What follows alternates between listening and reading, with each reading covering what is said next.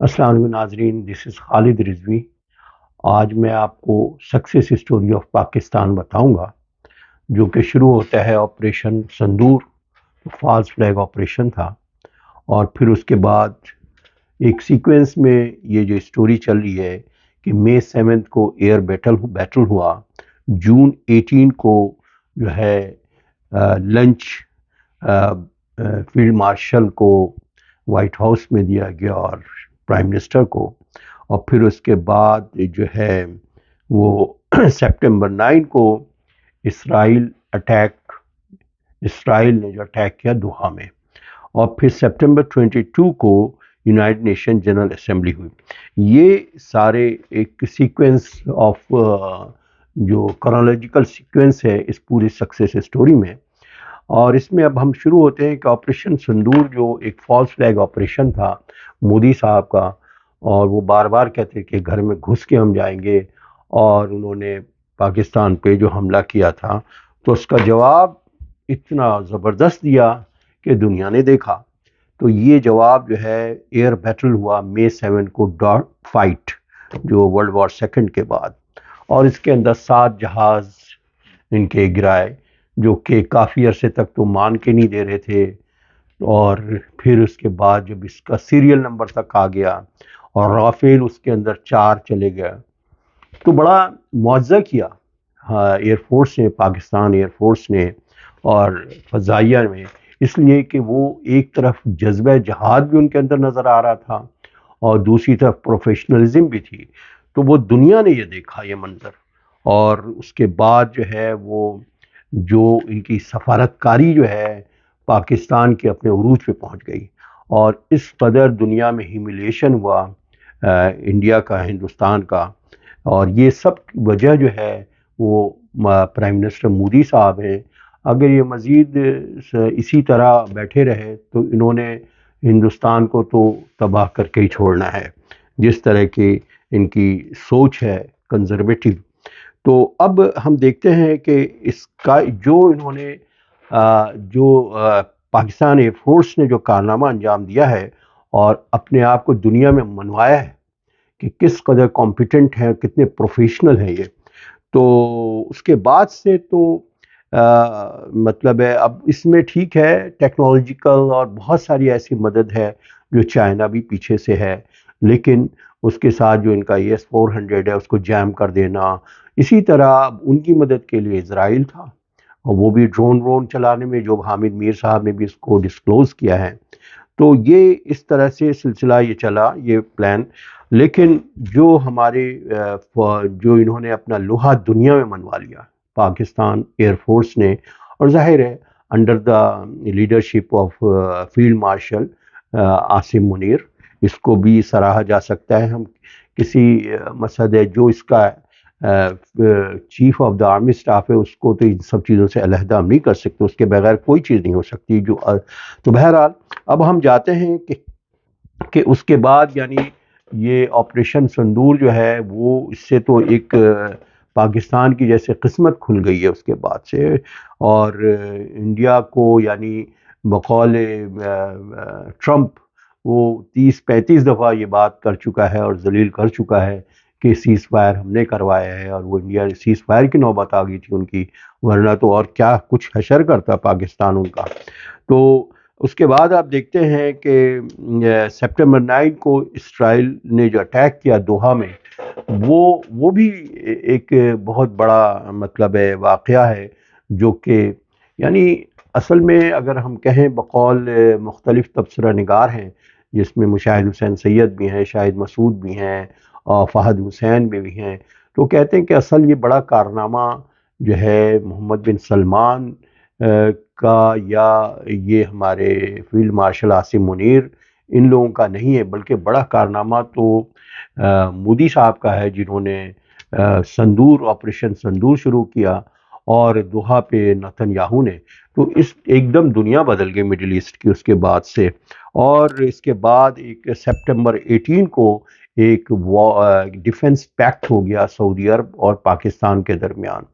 کہ حملہ attack on one seem to be attack on other. یعنی یہ دونوں جو ہیں اس طرح پاکستان اور سعودی عربیہ اس ڈیفنس پیکٹ میں یا اسٹریٹجک میوچل اسٹریٹجک ایگریمنٹ میں چلے گئے، اور اس کے تحت ایک قسم کا بٹر اینڈ گن کا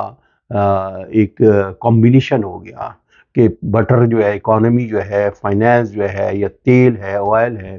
وہ سعودی عرب کے پاس ہے، اور ہمارے پاکستان کے پاس پروفیشنلز ہیں، اسکلز ہے، ایک زبردست ملٹری فورس ہے جو دنیا کی ایک زبردست ملٹری فورس ہو کے ابھری ہے اس وقت مڈل ایسٹ کے اندر، صرف ساؤتھ ایشیا تک نہیں، اب تو مڈل ایسٹ تک، اور یہ ایک بہت بڑا ہندوستان میں ایک صف ماتم بچ گیا، ایک کوہرام بچ گیا، ان کے جتنے بھی آپ چینل دیکھ لیں، لیکن اس میں بہت سارے ایسے بھی ہیں ڈیفنس اینالسٹ جیسے پراوین ہیں جو بڑا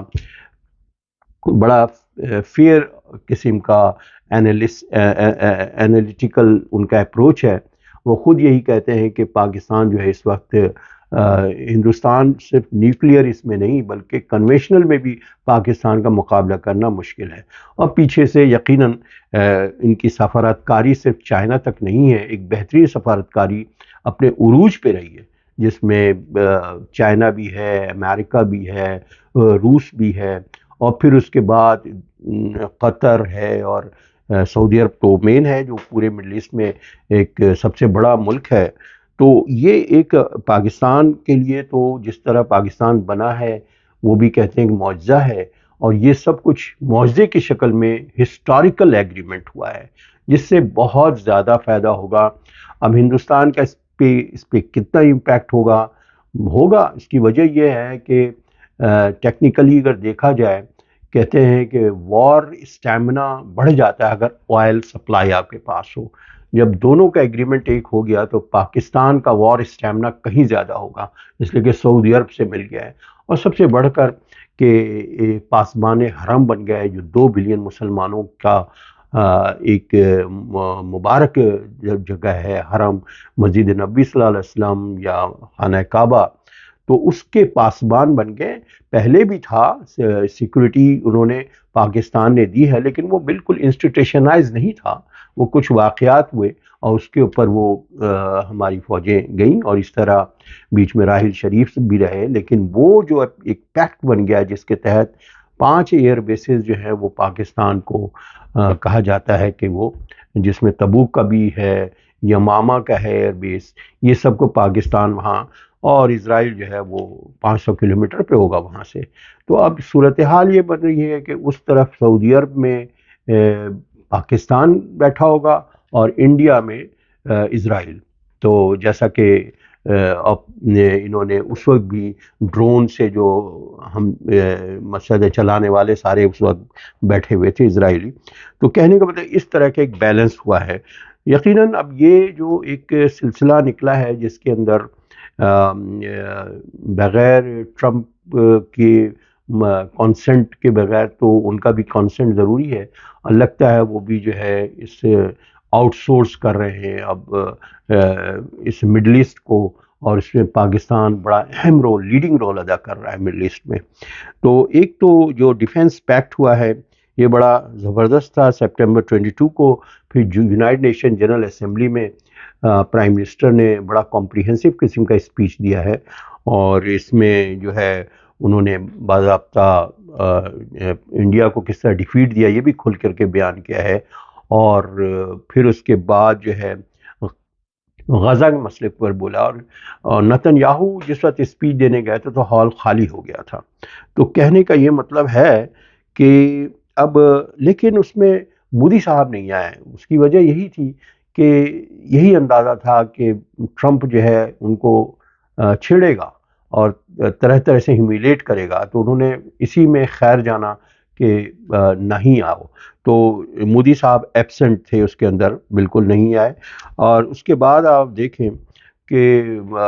ہماری جو کہنا چاہیے کہ پاکستان ایئر فورس کی کارکردگی اور پروفیشنلزم کو دیکھ کر تو اقبال کا وہ شعر یاد آتا ہے کہ اقبال نا امید نہ ہو اپنے کشت ویراں سے، اقبال نا امید نہ ہو اپنے کشت ویراں سے، ذرا نم ہوتی مٹی بڑی زرخیز ہے ساقی۔ تو یہ پروف کر دیا انہوں نے دنیا کے اندر، ہماری ایئر فورس نے خاص طور پر، کہ پاکستان جو ہے وہ اس کا جو امیج ہے دنیا میں وہ بہت بلند ہو گیا ہے، اور اسی طرح ایک ڈکلائن آیا ہے انڈیا کے. اب ظاہر ہے آگے جا کے اس ایگریمنٹ کی چیزیں اور کھلیں گی تو پتہ چلے گا کہ ظاہر ہے اکانومی پہ بڑا فرق پڑے گا. سعودی عرب کے پاس ظاہر ہے امپلائمنٹ کے چانسز بہت زیادہ ہوں گے. تو اب دیکھتے ہیں. اور یہ ایک اور اہم بات اس میں کہنا چاہتا ہوں کہ غزہ میں تو اتنے سارے لوگ بیچارے ہمارے معصوم بچے شہید ہو گئے. اسرائیل نے گریو یارڈ بنا دیا بچوں کا، اور اتنی روحیں پرواز کر گئیں آسمان پہ، لیکن یہ عرب نہیں جاگے. لیکن آج آپ دیکھیں یہ عرب جاگ گئے اس لیے کہ ابراہم ایکارڈ سے آگے بڑھ گیا معاملہ. نتن یاہو اب گریٹر اسرائیل کی طرف جا رہا تھا، وہ گریٹر اسرائیل کی طرف جا رہا تھا، تو اب ان کو بھی خطرہ لگنے لگا. اب مصر بھی دوڑنے لگا، یہ قطر بھی ہے، سب میدان میں آ گئے. لیکن جب تک غزہ میں بچے شہید ہو رہے تھے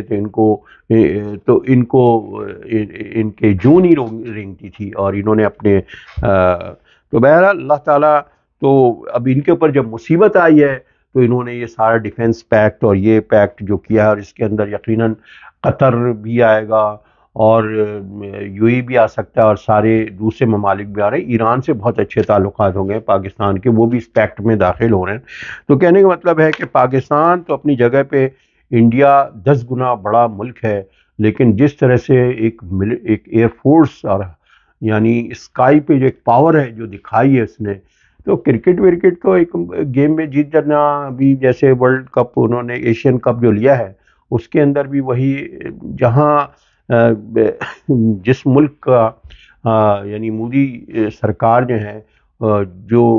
شکست جب اوپر ہوتی ہے تو نیچے بھی اخلاقی شکست ہے کہ انہوں نے ایوارڈ بھی لینے سے، ہاتھ ملانے سے، تو وہ ساری کنزرویٹو جو سوچ ہے آر ایس ایس کی اور ہندوتوا کی وہ بھرپور نظر آئی ہے. اور لیکن پاکستان نے جو معجزہ دکھایا ہے وہ بڑا حیران کن ہے. اور میں یہی کہتا ہوں کہ اللہ تعالیٰ اس کو قائم رکھے. اور میں اپنی بات اس سے ختم کرتا ہوں. پاکستان زندہ باد.